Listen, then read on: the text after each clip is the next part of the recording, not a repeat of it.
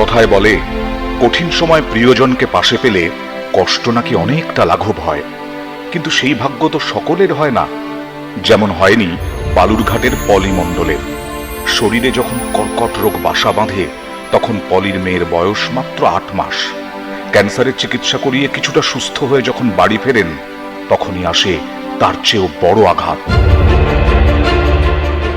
শ্বশুর বাড়ির লোকেরা তাকে আর তাদের সংসারে ফিরিয়ে নিতে রাজি হননি। একরত্তি মেয়ে, ক্যান্সারের চিকিৎসার খরচ সামলে সংসার চালানো, কোনো রকমে 1000 টাকা মাইনের একটা চাকরি জোগাড় করেন।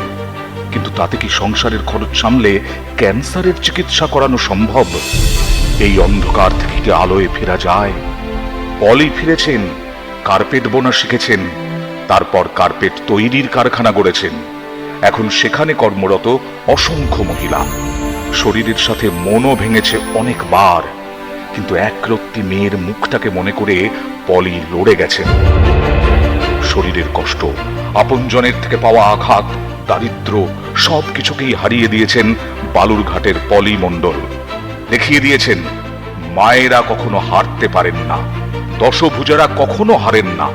পলি মণ্ডলকে দশভুজা সম্মানে ভূষিত করতে পেরে গর্বিত news 18 Bangla.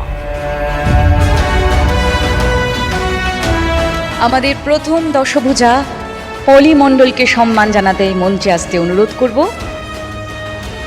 Mister Sukantilal Saha, founder and head Saha textile. এবং আমাদের মঞ্চে আছেন আমাদের মাননীয় মন্ত্রী, নারী ও শিশু কল্যাণ মন্ত্রী এবং শিল্প বাণিজ্য মন্ত্রী শশী পাঁজা, রাজ্যের স্বাস্থ্য প্রতিমন্ত্রী, অর্থমন্ত্রী চন্দ্রিমা ভট্টাচার্য। সঙ্গে আছেন বিশ্ব মজুমদার। অনুরোধ করব অভিনেত্রী জুন মালিয়াকে মঞ্চে আসার জন্য, অভিনেত্রী সাংসদ জুন মালিয়াকে মঞ্চে আসার জন্য।